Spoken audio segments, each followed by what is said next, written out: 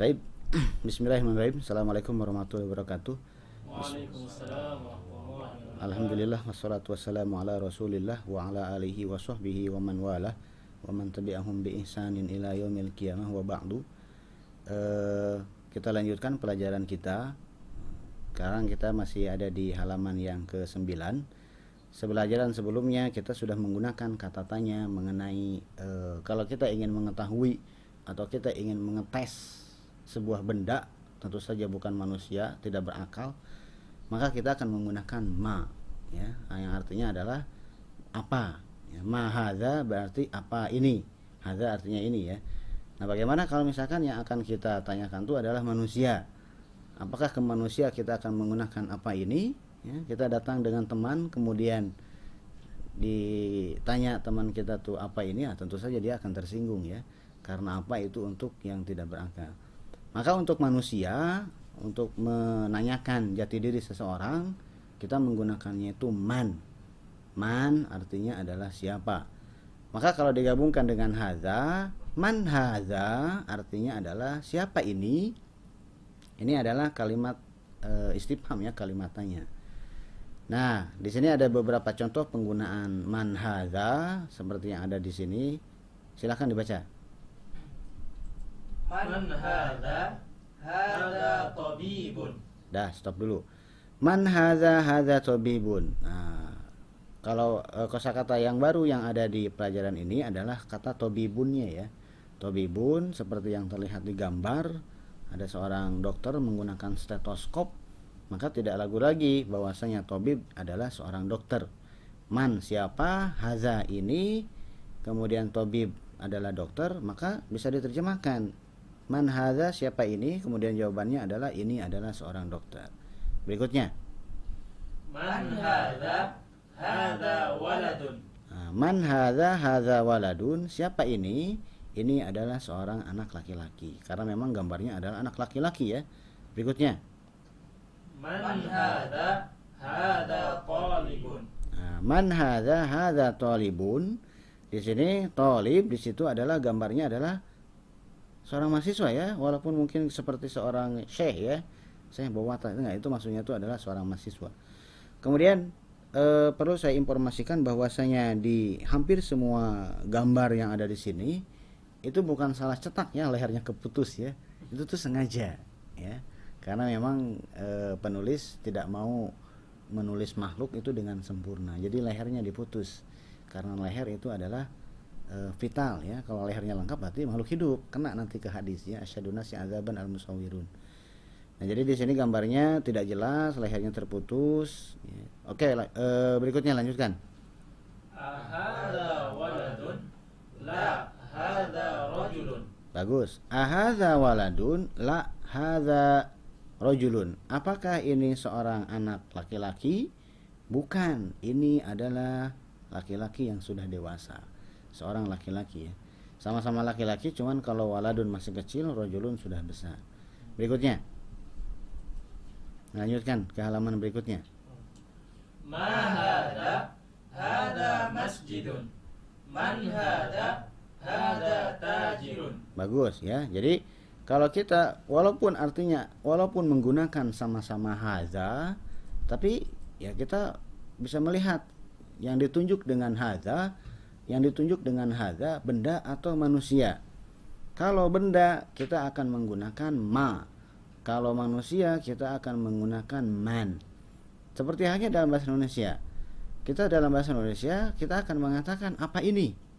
Ketika kita melihat sebuah benda yang baru, misalkan seperti benda yang ada di hadapan kita ini, saya pasti akan mengatakan apa ini. Saya tidak akan menggunakan siapa ini, gitu, ya.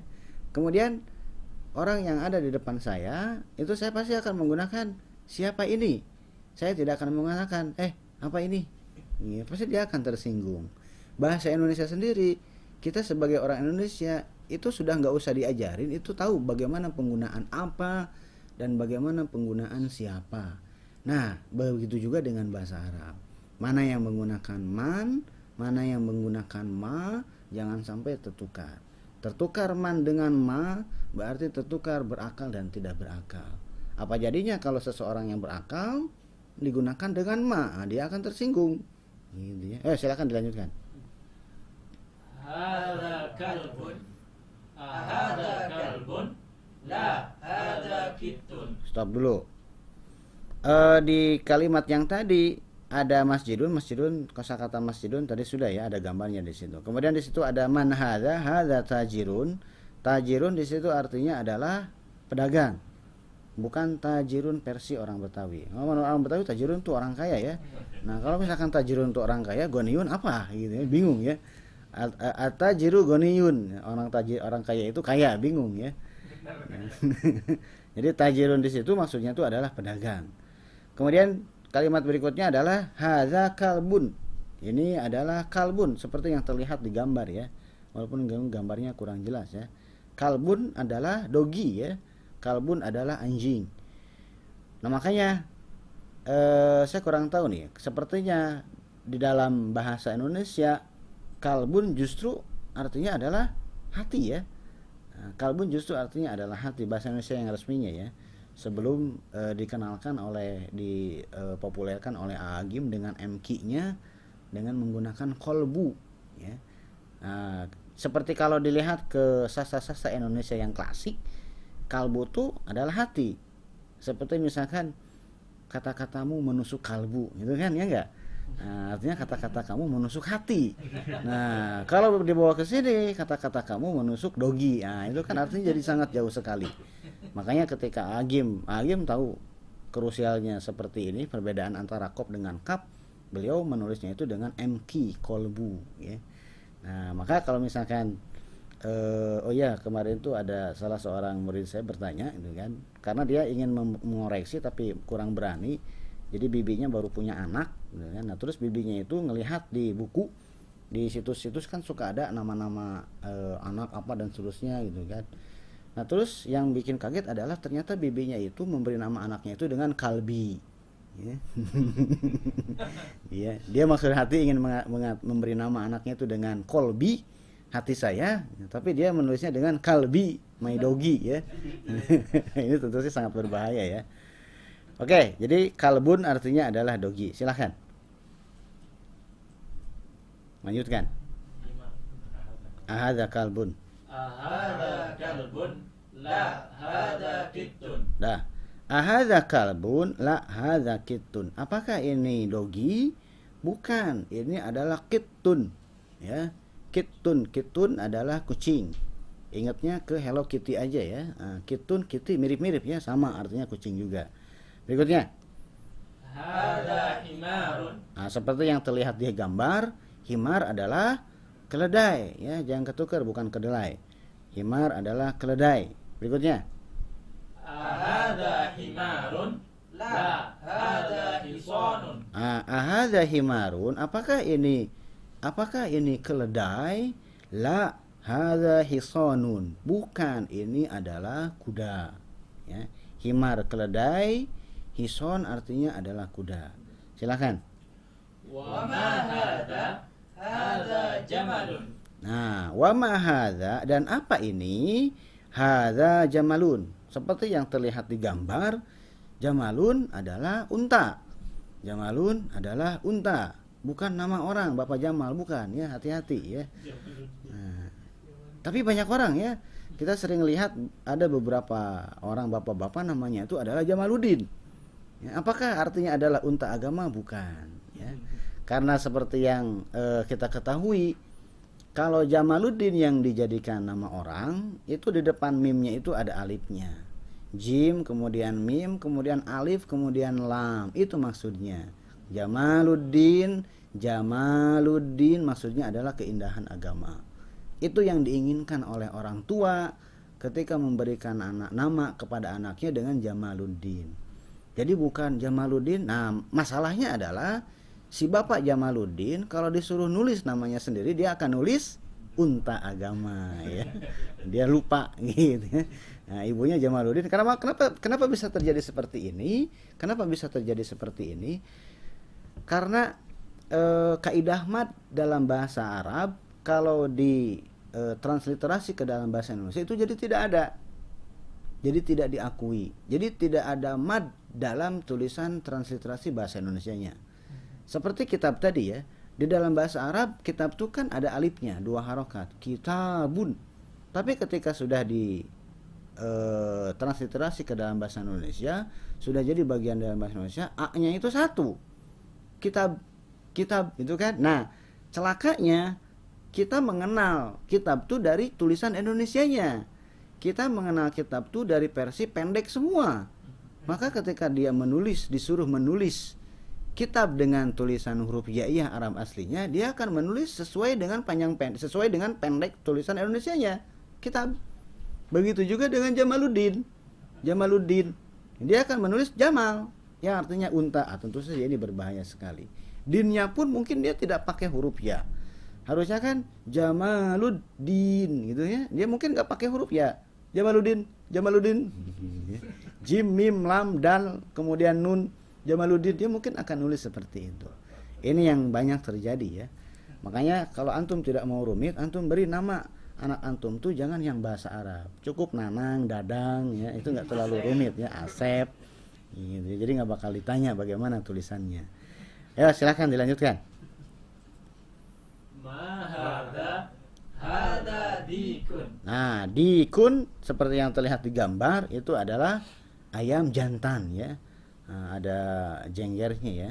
Jadi apa ini? Ini adalah ayam jantan. Berikutnya. Man hadza mudarrisun. Man hadza, siapa ini? Hadza mudarrisun, ini adalah guru. Berikutnya. Ahadza qamisun. La hadza mindilun. Hadza qamisun. Qamisun tadi adalah baju ya, baju kemeja. La hadza mindilun. Seperti yang terlihat di gambar, mindilun adalah sapu tangan. Berikutnya silakan dibaca.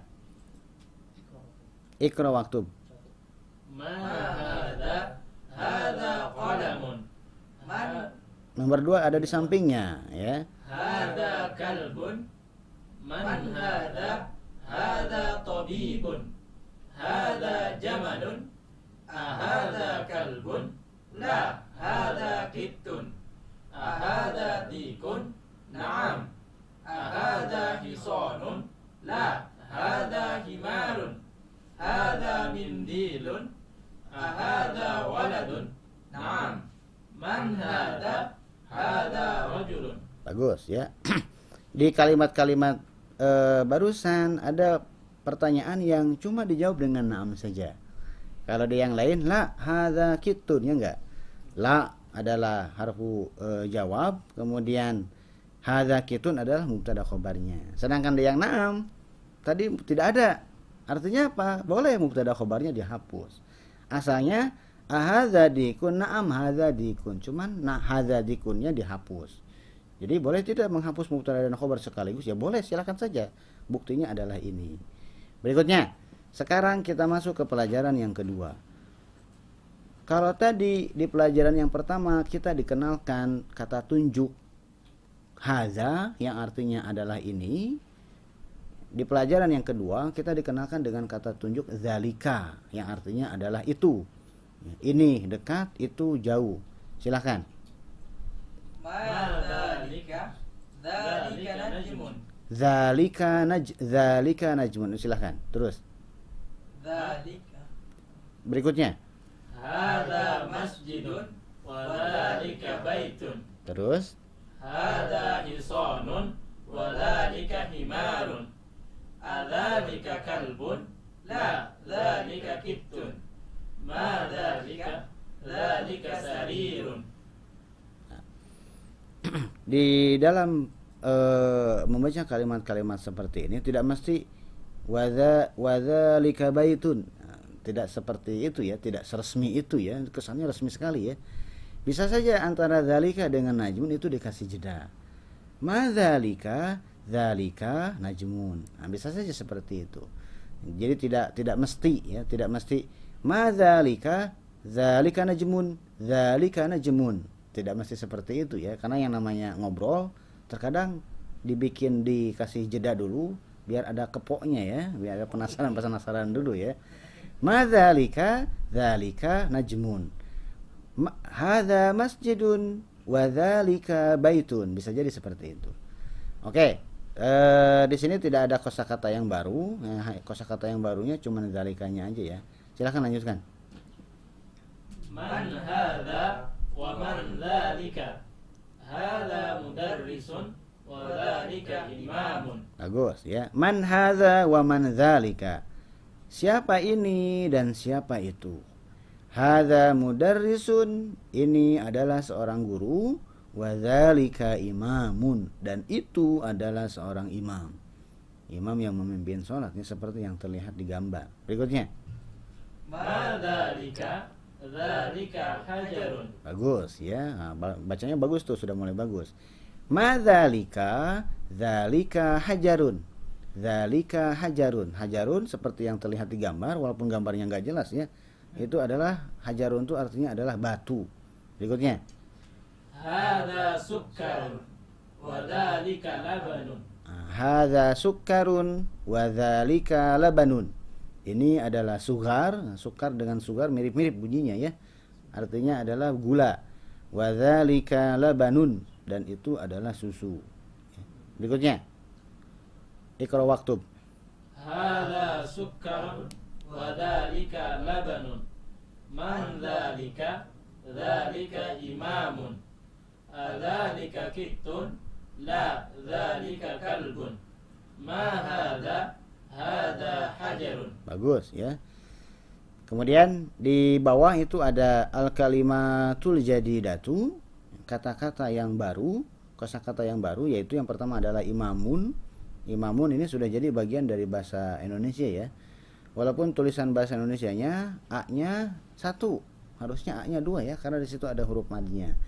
Nah, celakanya mana yang lebih kita lihat tulisannya? Apakah yang pertama kali kita lihat tuh tulisannya IMAM atau hamzah mim alif mim? Nah, pasti semua orang yang pertama kali dia lihat tuh adalah tulisan IMAM.